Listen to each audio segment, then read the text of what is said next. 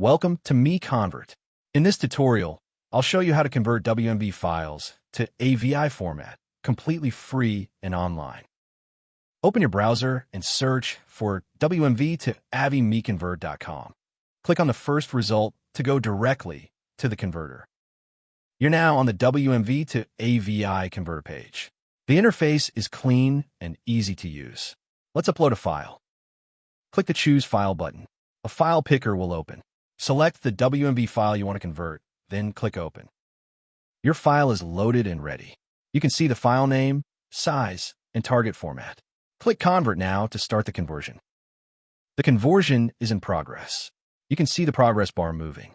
This usually takes just a few seconds. Done. Your file has been converted successfully. Click Download to save the AVI file to your computer. That's it. Visit MiConvert.com for more free conversion tools. Subscribe for more tutorials. Thanks for watching.